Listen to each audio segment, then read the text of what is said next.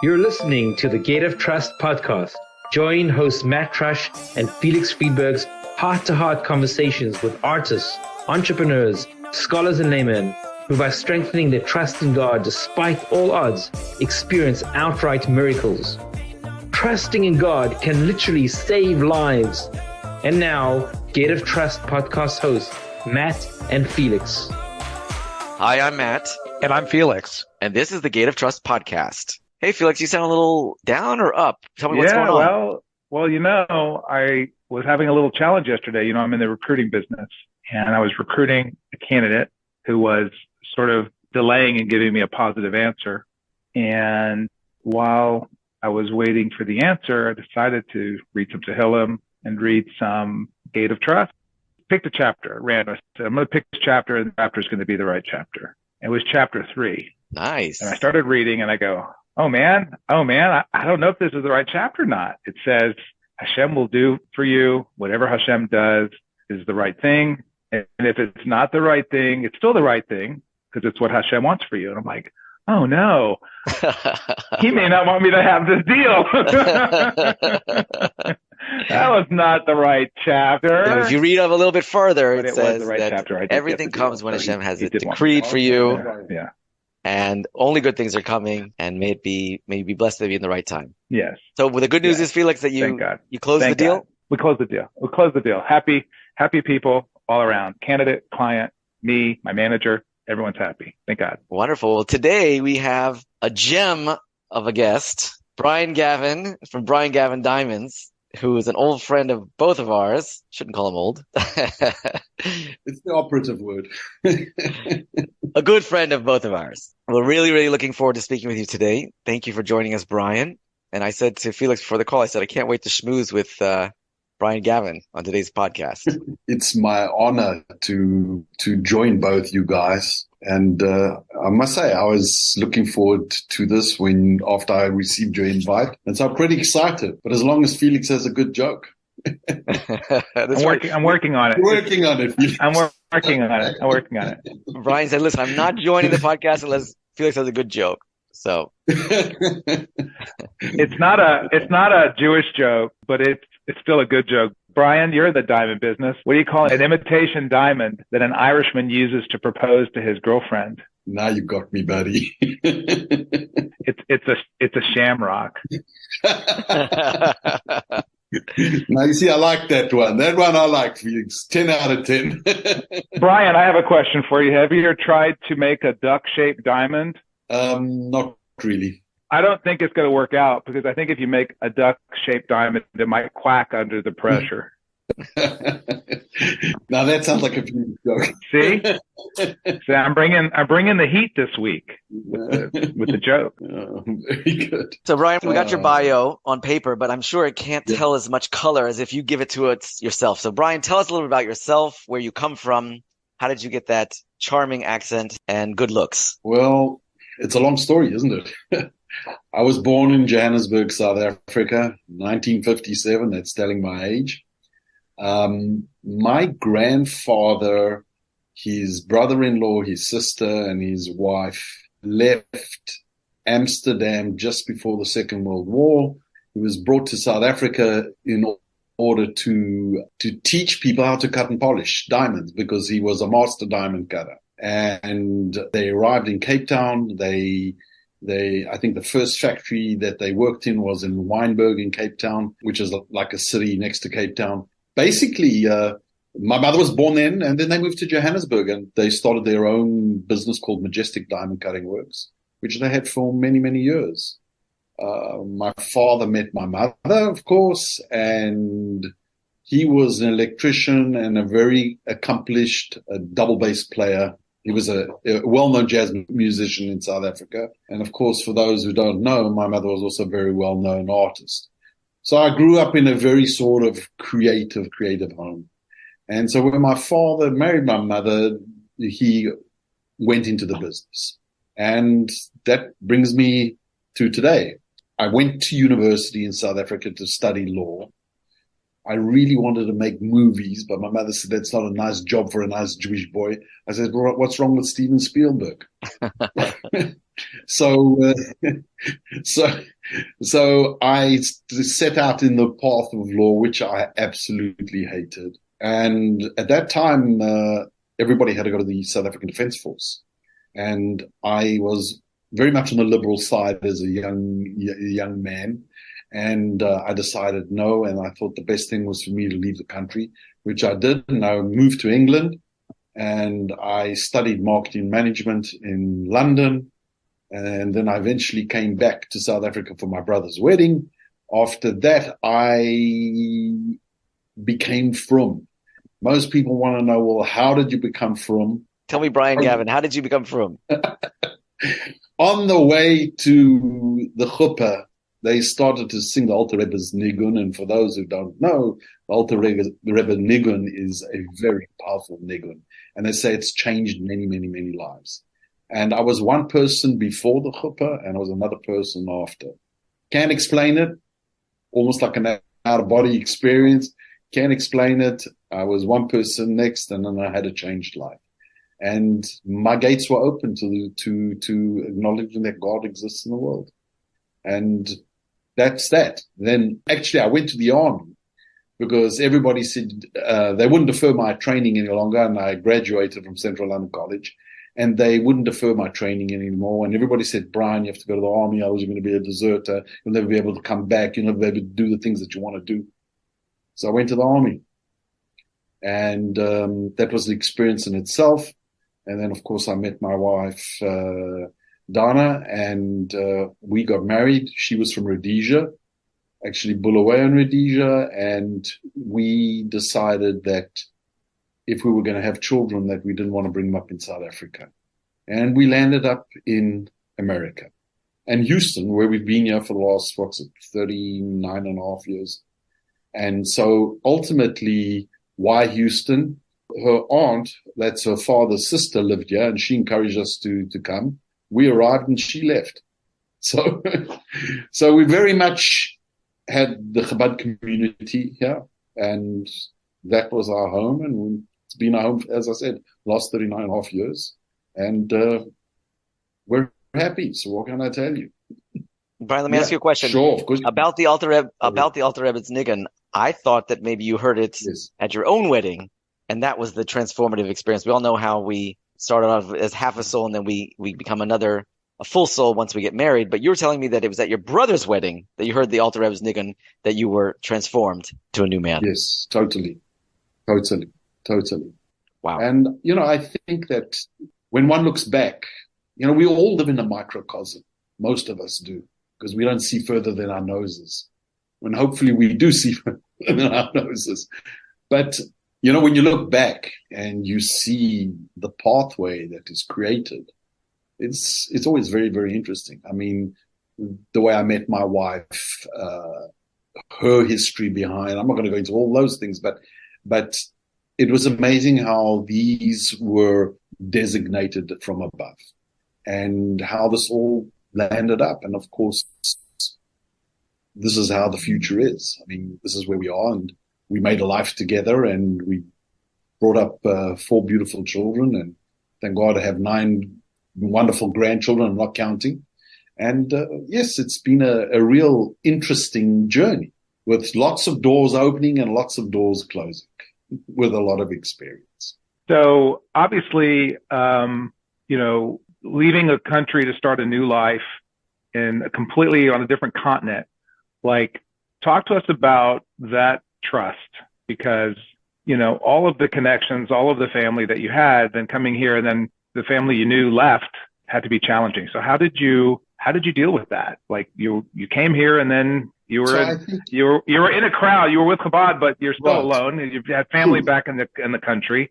It's not the same. It's not the same. No, it's not the same. So I think my exposure to Yiddishkeit and to the Rebbe gave me a lot of insight in not worrying about what's going to be.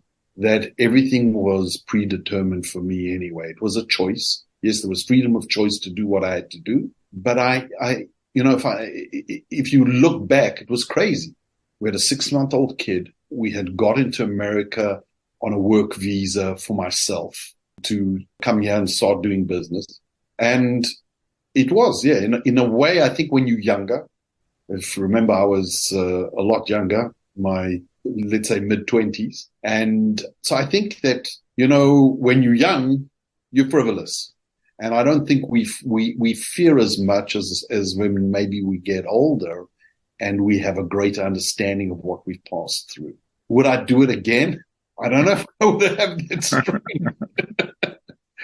But yes, I think there was a blind trust. I think the need for us to move on and to do what we wanted to do. There was enough power. We actually wrote into the Rebbe and asked the Rebbe for a bracha, which we never got. We had no response. And we asked various rabbis in South Africa what we should do. And some of them said, you got to look into yourself and decide what it is that you want. And we took that as being an answer to leave, because this is what we felt would be the best thing for us and for our children. And we left. And as I said, when I look back and I think where I had the guts and the strength to do that, it was quite amazing. I mean, even though we spoke the same language, or let's say we spoke English, I don't think we spoke the same language, because back then it was bathroom and bathroom and half and half. So there were changes to come, but it was a journey. It was a really sort of a very interesting journey, as I say, with lots of doors opening and closing along the way. I hope that answers your question, Felix. Beautiful. Absolutely. Brian, your family comes from master cutters. Maybe you can give us a mushal for how do diamonds and Bitachon and Trust speak to one another? Is there anything we can learn from the diamond industry, the diamond business, that can tell us about Bitachon Trust? Well, I think that the generations have changed so much. But if we look at the original dealers of diamonds, there was a great trust amongst each other. It was a handshake. If you came to me and you wanted a diamond, you looked at it, let's say you offered me on the diamond and I accepted, and you didn't pay me immediately, we of course would use the word Mazal and Brocho, which would seal that with blessings and luck, and that deal was done. And I think for many, many years, those values held very true. I'm not saying they don't hold true today, but it's a different value system. I think the industry in itself tries to police it and support it in its own way. But it's definitely not, we still use the word mazal. I think it's just been shortened to mazal, luck. So good luck. And, I think that it means something different today versus when I saw my grandfather say Mazal and Brocho when they closed a deal with somebody. And, there's that one aspect of it.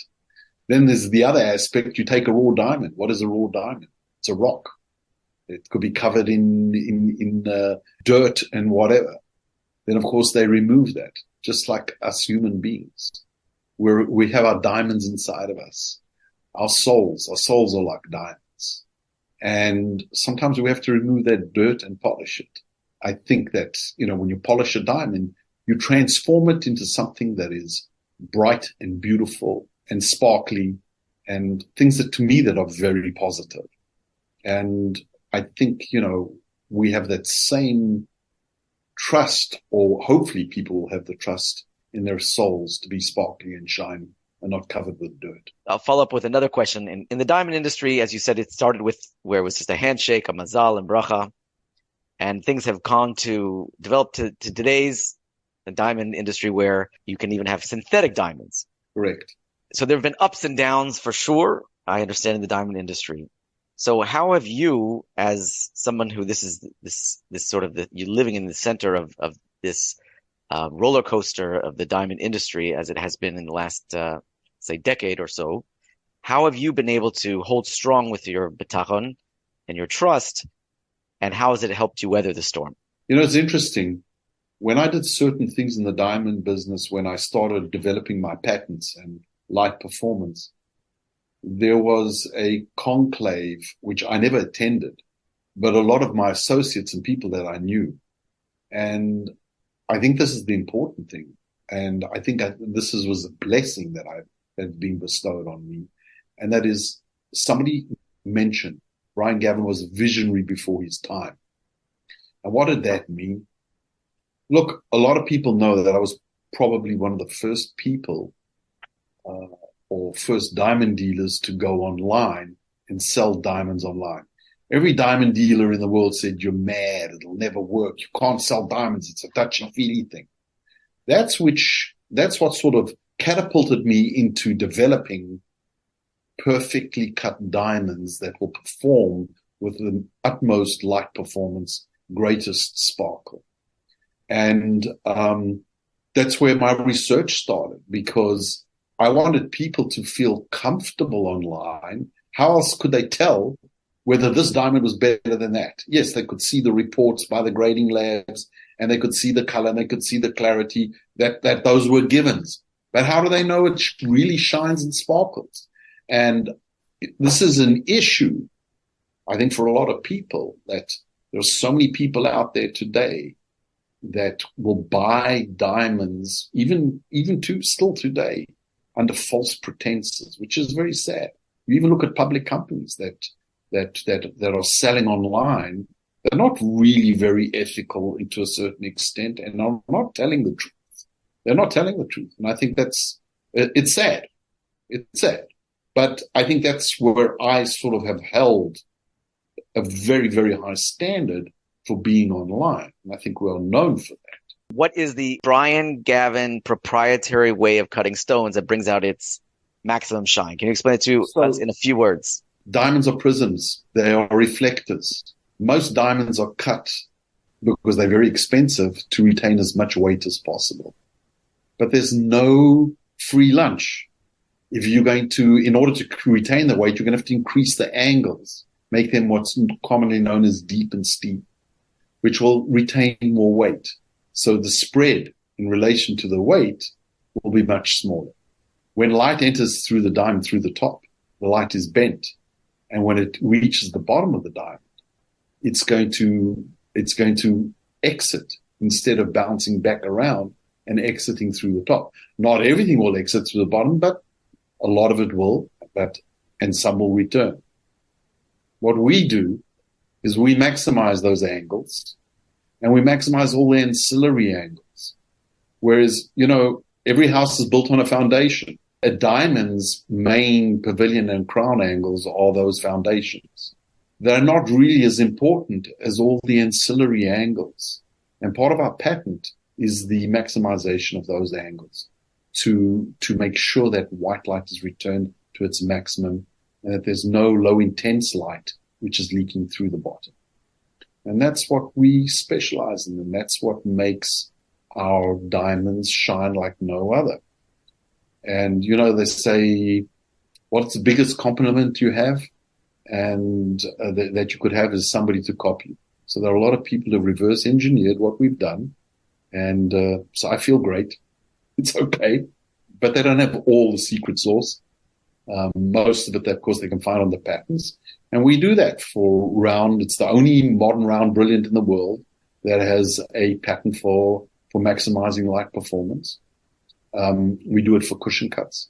We do it for emerald cuts. And we have some other patented products which not necessarily, they weren't my creation, but we do for ovals, and we do a square cut called Quadex. And so there's a bunch there. There are very few people that carry what we do what we do as a company. In the beginning, if I can put it to you this way, before there was even such a thing as PayPal, I entered the internet when there was a thing called ICQ chat, which some people will remember. But of course, I was a lot younger, and many people won't know what it was. But that was the forerunner to communicating over the internet. I had a professor from the University of Houston who was a good friend of mine. He developed software for me managing my diamond inventory. And one day he came and he walked into the office and he said, "Brian, look at this. This is called the World Wide Web." He showed me a picture of a web from a spider. And I said, "So what what do you want from that? He said, the amazing thing is that we could show somebody details about your diamond and they could see it on the other end of the world and you can transact business. I said, okay, that sounds great.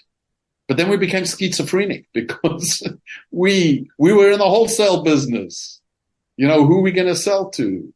So we developed, he developed a web page for me, and we sold our first diamond to a lawyer in Chicago. I don't know how he found me, but somehow he found me, whether it was through ICQ chat or I don't know. And he said, how are we going to transact this? I said, you're going to pay me and I'll send you the diamond. He said, okay, I'll tell you what, back in 1997, 98, there was no PayPal. There was no form of transaction online. And what happened was he wrote this contract up that he would pay me and he would send back the diamond, and I would send him the diamond, and all done. He got it, I got my money, and it was fantastic. And he said, you're welcome to use this contract for everybody else. And within, I think, a few months, PayPal was born. Online interactions happened where I think when I look back now, I see all these things that were appearing before me were miracles. They were things that I couldn't believe could really happen, but they were happening. I think from that gave me a certain trust, knowing that I wasn't driving this train. Yes, I was a partner in this train and I was doing what I had to do, but I wasn't driving the train. The tracks were there for me, and I had to make sure that my engine was stoked and that we could run. And I think every aspect of that, which led to another, gave me more trust in doing what we did. Brian, I'm going to ask you this question because it's actually a play on words. We've been talking about trust a lot. Yes. And for sure, the diamond industry is something which is so wrapped up in trust. I'm a fund manager, real estate fund manager, and everything that I do is based on trust. And I know in the diamond industry, everything you do is based on trust. I'm sure with Felix as well.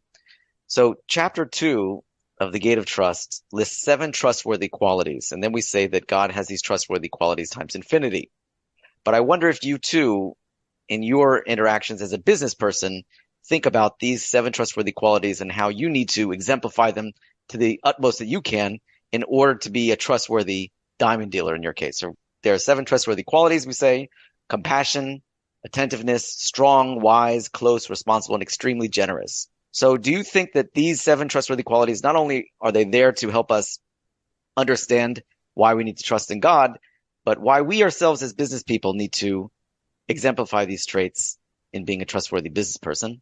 Yes, we are made in the image of God, and our role is to play that role. I was play out that role. And we are given these qualities, we are given these things as guides to what we do. In business relationships, I always evaluate the person in front of me, thinking, if you were in my shoes, would you be behaving in the same way? And if I just bring back a few of those, so there's compassionate. Is this person really compassionate? Is he listening to me, or he's not listening to me? He's telling me something. You know, is he attentive? Is he going to hear what I have to say? Or is he being really strong and trying to bulldoze me into a position? Does he answer wisely? Is he trying to form a relationship with me to be closer so that we have a better understanding? Is he behaving in a responsible manner? And is he being fair in what he does? I'm not saying I use all of those qualities to look at somebody, but I sure do use many of those qualities to look at somebody. And if one comes up negative, my radar goes up and I have to be careful. And that's only through experience. And that's happened through experience. You know, it's like they say, youth is wasted on the young, right? If I knew today what I knew when I was younger, I think I would have averted many things, but that's not life. God allows us to travel this journey in order to learn these things and to improve. Unfortunately, I've been in situations in my life where people have abused those scenarios and where they did take advantage. They weren't responsible. you know, you always want others to treat you in the way you would treat them. And if you don't see those things coming back to you as an individual, be careful, because you know that there's a brick wall in front of you. And sometimes we don't see that brick wall and we hit it pretty hard. And that's when we have to get up and we have to run again. I've had 2 internet companies, one previous to this one. And the first one didn't end in a very good way. And I separated from it. And you talk about trust, or you talk about the will to do something, are you doing the right thing? It was hard because when you've put your premium time of your life into something, building something, and that is pulled from underneath your feet in a matter of seconds, where do you find that strength and that gate of trust? Does it open where you can move on to the next phase of your life?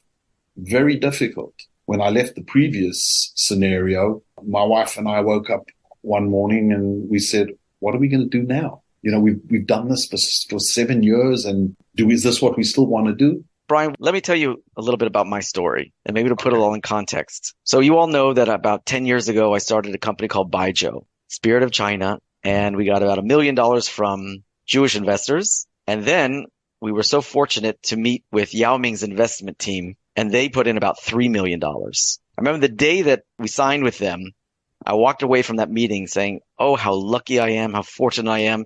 Now that we've got Yao Ming's investment team in this project, it's sure to be a success, even beyond my imagination. And the whole time we're waiting for that piece of the puzzle to turn and everything to be great. Well, sometime soon after, it was a disaster, Chinese mafia coming after me and just trying to make the story sound as good as I can. But I was really afraid, and all of that great blessing that I thought was going to come from China, come from Yao Ming, really became a nightmare. I can't tell you how afraid I was. And despite that, we kept on going with the business at a more limited pace, later on being courted by the largest baijiu company, or second largest baijiu company in China. And I was so excited. I ran after them. I took trip after trip running after them, only for them to turn around, copy all of my ideas, and then they went and did it themselves. So the pain and suffering of going through this, and I think somebody who appreciates Bitachon can understand that I was doing all the wrong things. First of all, putting my trust in something that was a person or a group, and finally running after the business, thinking that I could achieve this, that I could close it, I could make it all happen, and all blew up in my face. So Bitachon, and I really can't explain exactly how, but having learned the gate of trust, it really reframed my whole understanding about the things that I was doing wrong and what I could be doing differently. And when I finally had peace with the fact that it's because I was putting my faith in others, or I was putting my faith in myself, my trust in myself, and started putting my trust in Hashem, all of a sudden started getting calls from China, from fund managers who want to invest money in Baijiu again and again and again, et cetera. So the point is, I was definitely walking around for maybe a decade with pain and suffering and difficulties, because I felt, why did God do this to me? Or why did it happen to me? But now, really, everything I see was for the good. I'm completely calm and relaxed, and I see a very, very bright future for this business. So I think it's a very, very important piece to deal with difficulties in business, to see them. And when you are able to implement the trust mindset, it really helps you move on in life with simcha and with success. So that's my story for you. I don't know if I've ever shared it with anybody, but Nope. It's sort of still a story in progress. But Brian, we know that business is tough, and we all go through hard times. And this was a partner. These were my partners, the Chinese partners, who ended up scaring the living daylights out of me because I was afraid of man and not God. But ultimately, when I got past it, as I said, I can't even put my finger on exactly how the gate of trust did it, but it did it. That now I have peace and trust, and this business is on its way to success again. So, Brian, it's an interesting story, and I suppose in some way you expect me to sort of relate back to you about my experience, or my interesting experience that I had. How do you read people, or how do you trust people? One always looks toward, who are you doing business with? Are they the same kind of people as me? Do they have the same upbringing as me? Do they have the same background as me? And one would expect that if you fit in that category, that it would be better. But it's not always so. In my experience, no. So you have an experience of being in business with people who are not really the same background as you and who don't have the same upbringing as you, even though you are averse in the dialect of Chinese and you have the ability to communicate. You would expect, I suppose, on one hand, that things would run easier, but evidently they didn't. So when you speak the same language, maybe you think we're spiritually and culturally, we're probably the same. If we're in business together, we're probably the same. But the answer is, and what I was trying to draw an analogy, my experience was with people who come from the same or similar religious background. And in many respects, one would expect more from people like that versus when somebody comes from a different set of values. And the funny thing is, I've been involved in different partnerships, legal partnerships, or just working partnerships. And I've always found that people that I work with totally similar backgrounds have been far more complex and far more difficult than working with people of different persuasions and backgrounds. Maybe one's forced to work harder, I'm not sure. I'm just summing that up. And so one's expectation of others when you come from the same background, I think, is far greater. And maybe that's not correct. I don't know if it's the correct way to look at it, which sort of points back to Matt's statement. You have to put your trust in God, not in the people in front of you, but you have to at least try and read who the people are. So, Brian, what was your business partnership? What went wrong? Why did you wake up one day and you felt like the carpet was pulled out from under you? And why do you feel that this was something that has been so difficult to deal with till this very day? I will try and answer it, Matt. It's a little bit complex, but I will try and answer it. I think when you're in a place of darkness, and I don't mean a darkness of depression, I'm just talking a place of darkness where things seem to be more overwhelming and your trust is not in Hashem, but your trust is in around the people around you, then I think you don't see the wood for the trees. And I think in many respects, my trust was more in the people at that stage than I think it was with Hashem. The journey that I traveled was complex. And I think that in the diamond business, when you shake a hand and you say Mazal and Brocho, that's that contract. And for many generations and many years, people, how can I say, acknowledge that contract.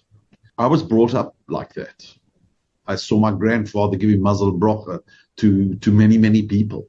And even when there were complexities, and let's say in those business relationships, a man's word was his word. I can't really say that for today.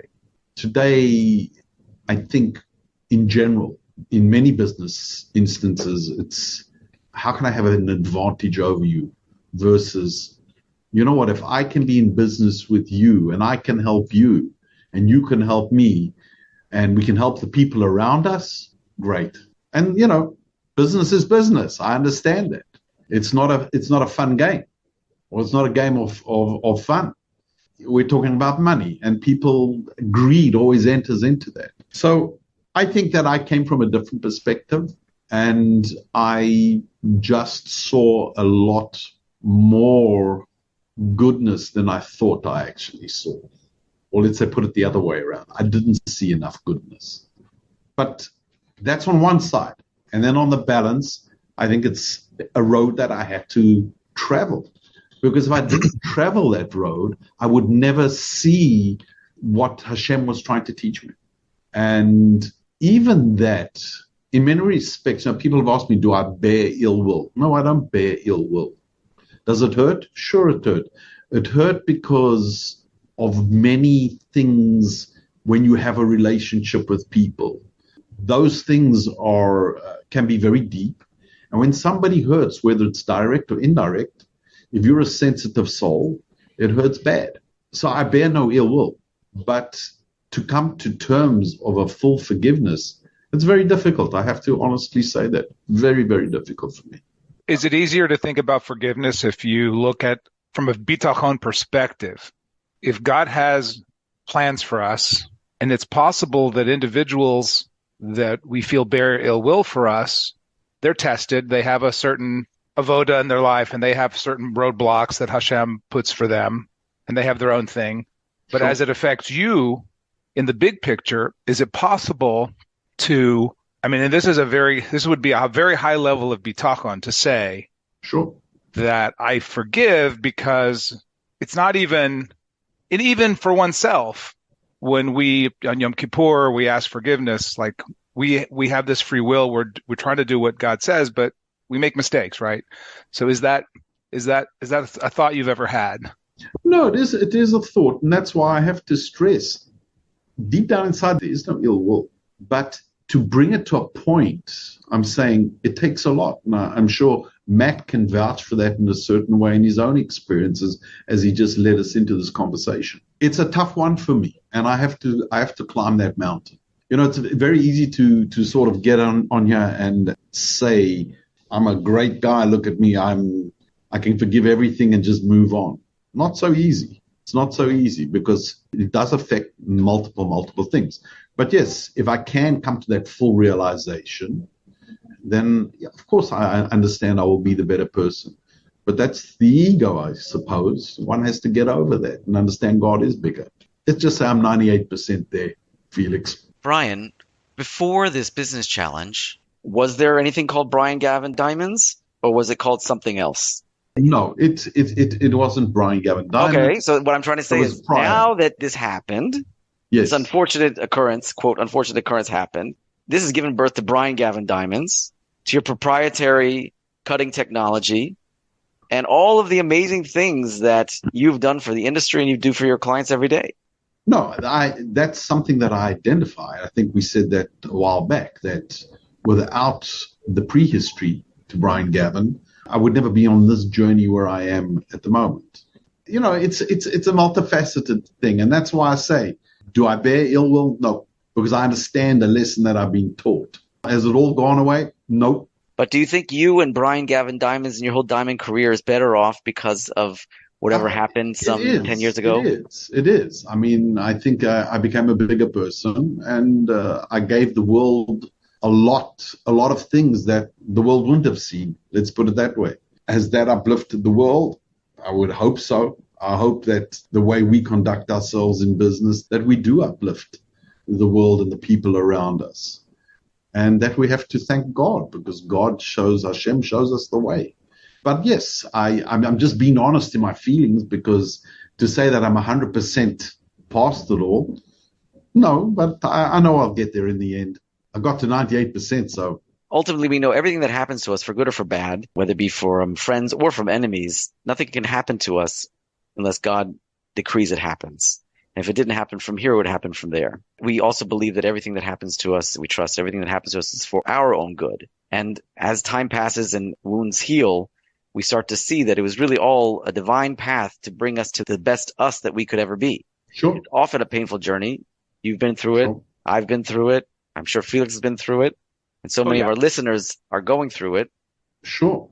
That Bitachon is really, that mindset really helps us heal the past and reframe it for the future. Definitely. I think Bitachon is the vaccine. It's not a cure, but it's a vaccine. No, but when you can let your guard down and realize that the traffic lights on your journey, Hashem will turn them green and he will turn them red. And you have to follow that, if I can put it into a simplistic point of view. And I think we do see the times when the lights are green, and we do see when the lights are red.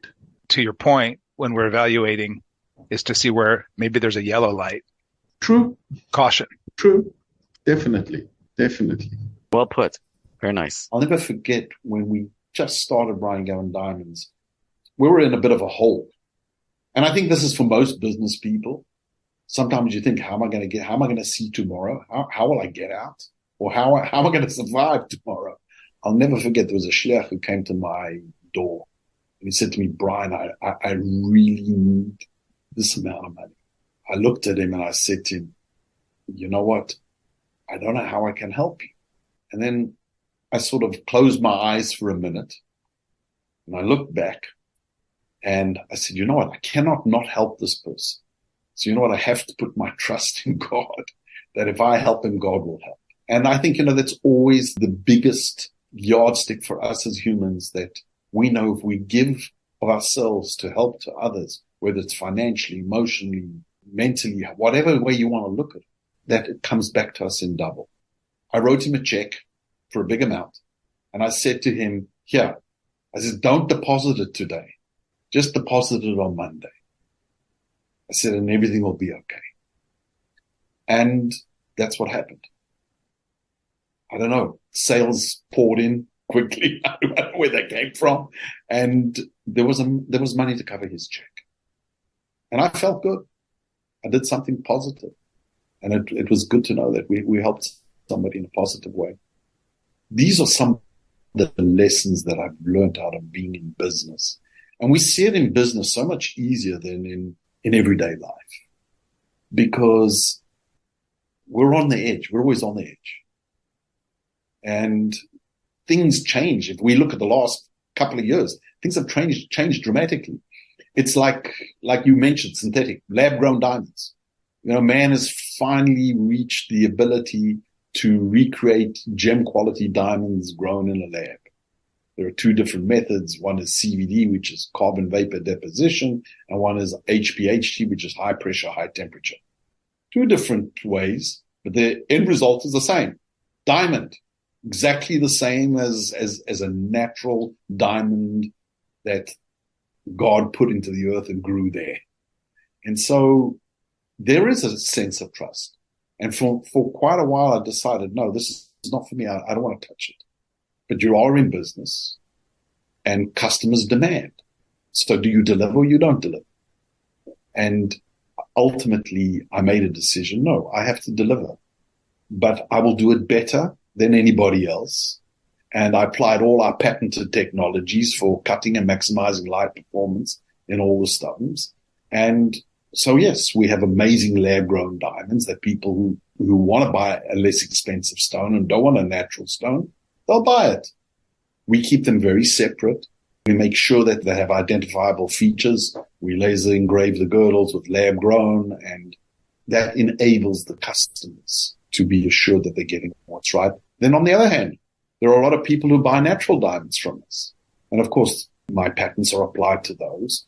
And of course, our brand name is on it, and the certificate number, the document that grades the stone, and that's there. So they are distinguishable. I actually have a very interesting TikTok for those who visit TikTok. We made a TikTok. How do you tell the difference between a natural and lab-grown diamond? I'm not going to tell you the story. You'll have to go to TikTok and see it. But it's all related to what I said above. So go to Brian Gavin Diamonds on TikTok and tell me if you enjoyed it.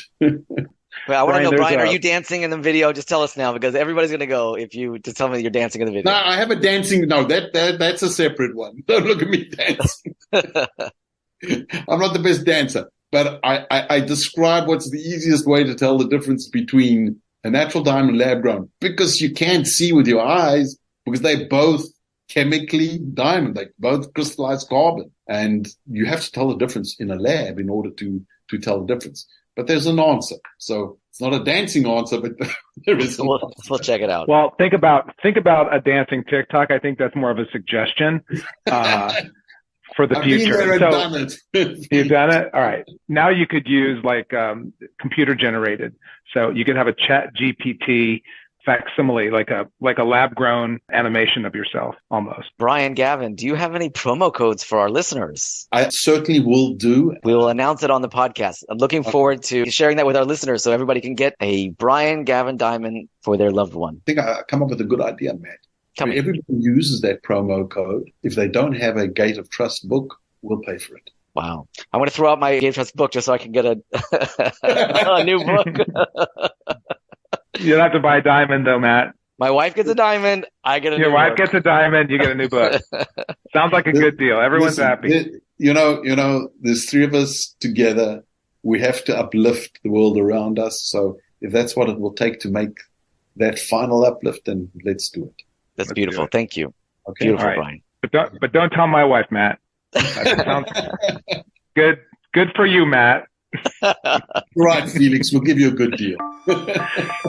Thank you for listening to the Gate of Trust podcast. If you enjoyed today's episode, please subscribe, leave a rating, and share the podcast with the people you love. To access today's show notes, ask Matt and Felix a question, or suggest the Gate of Trust story to be featured on the show, visit gateoftrust.org/podcast. Family, you think you got it under control. You're on a roll, living it up, living your dreams. But when it all goes bust at the seams, then you scream and cry to the one